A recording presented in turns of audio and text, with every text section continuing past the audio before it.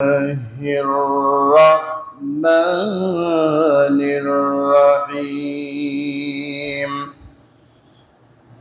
إذا السماء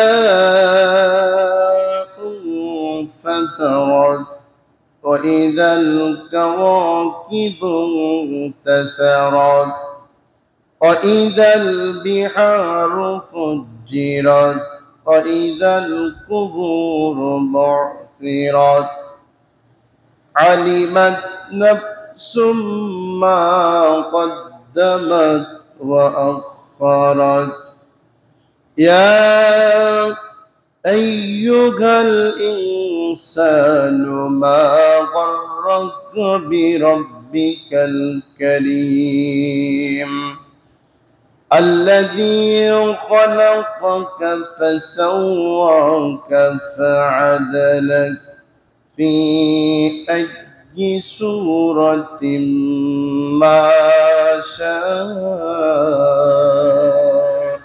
ركبك إن الله وملائكته يصلون على النبي يا أيها الذين آمنوا صلوا عليه وسلموا تسليما اللهم صل على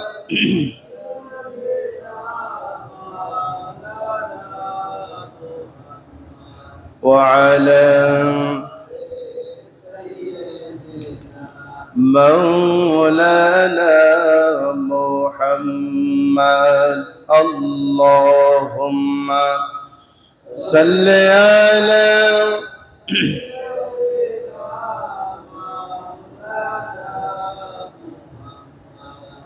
وعلى مولانا نحمده ونصلي على رسوله الكريم সম্মানিত মুসল্লিবৃন্দ আসসালামু আলাইকুম ওয়া রাহমাতুল্লাহ। আল্লাহ রাব্বুল আলামিনের দরবারে শুকরিয়া আদায় করছি, যিনি শত ব্যস্ততার ভিতর দিয়ে প্রাকৃতিক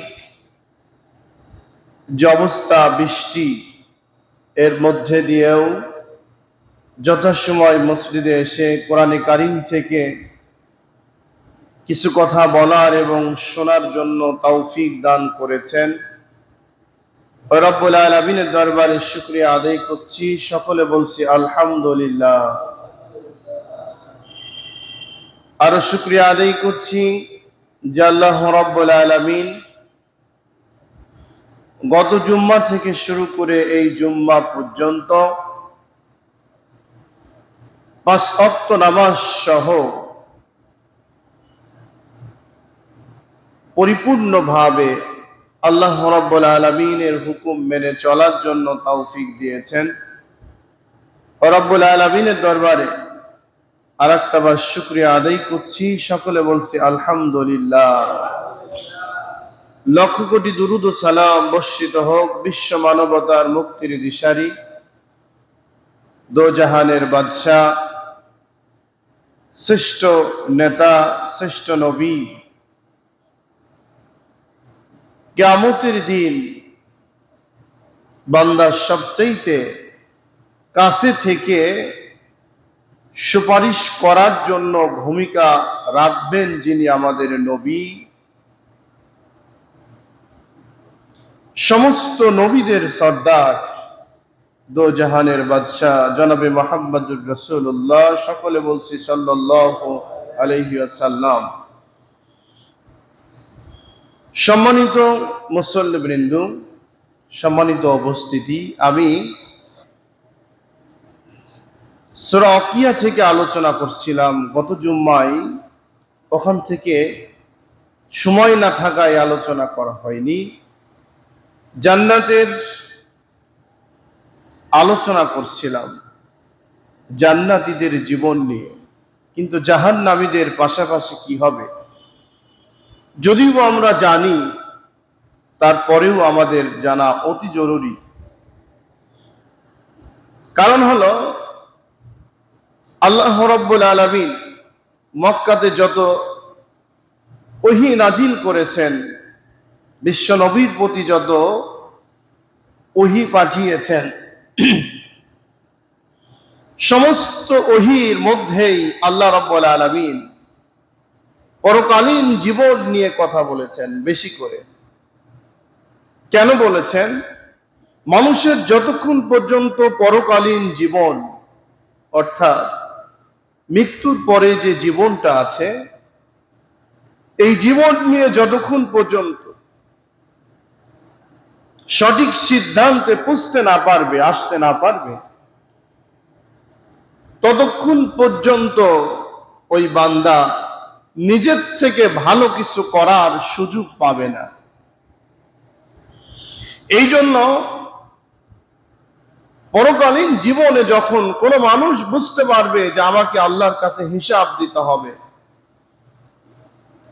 কবরে কঠিন একটি জবাবদিহিতা আছে, এই জায়গাটা সহজ না, এই বিশ্বাসটা কলিজার মধ্যে যখন বসবে, তখনই তার দ্বারাই সমস্ত অন্যায়, অশ্লীল, বেহাপনা কাজগুলা ছেড়ে দিয়ে ভালো কাজগুলা করা সম্ভব। না হইলে কি হবে? মক্কার কাফেরদের অবস্থা যেমন ছিল, মক্কাতে সমস্ত মানুষ জানতো যে মৃত্যু বলে একটি বস্তু আছে। আমরাও এখন জানি যে মৃত্যুবরণ করতেই হবে। ওরা যেমন মানত না, ওরা যেমন কাজে কামে প্রমাণ দিত না, আজকে সমাজেও দেখুন আমাদের মুসলমান ভাইরাও কাজে কামে আমরাও প্রমাণ দিই না, জানি যে মৃত্যু হবে, মৃত্যুবরণ করতে হবে। কেমন? এই যে পবিত্র জুম্মার দিন অসংখ্য মানুষ ঘুরছি ফিরছি চলছি, আমাকে যে নামাজ পড়তে হবে, আমাকে যে আল্লাহর ডাকে সাড়া দিতে হবে, আল্লাহর কাছে যেতে হবে, এই চিন্তা ওদের যেমন ছিল মক্কাবাসীদের, কাফেরদের, আমাদের তাও একই রকম হওয়ার কারণেই আমরা নামাজ পড়ি না, মসজিদে প্রবেশ করি না, বরঞ্চ মসজিদের সামনে দিয়ে যাই ঠিক, কিন্তু আমরা মনে করি না যে এটা ইবাদতের শ্রেষ্ঠ একটি জায়গা। কাল কিয়ামতের ময়দানে এই প্রতিষ্ঠান, এই মসজিদ আমার বিরুদ্ধে অভিযোগ করবে আল্লাহর কাছে, এটা চিন্তা করি না আমরা।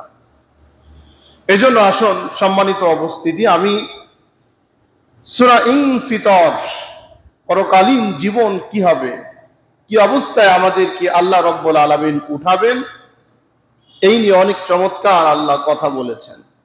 দেখুন, আমি আপনি যখন মৃত্যুবরণ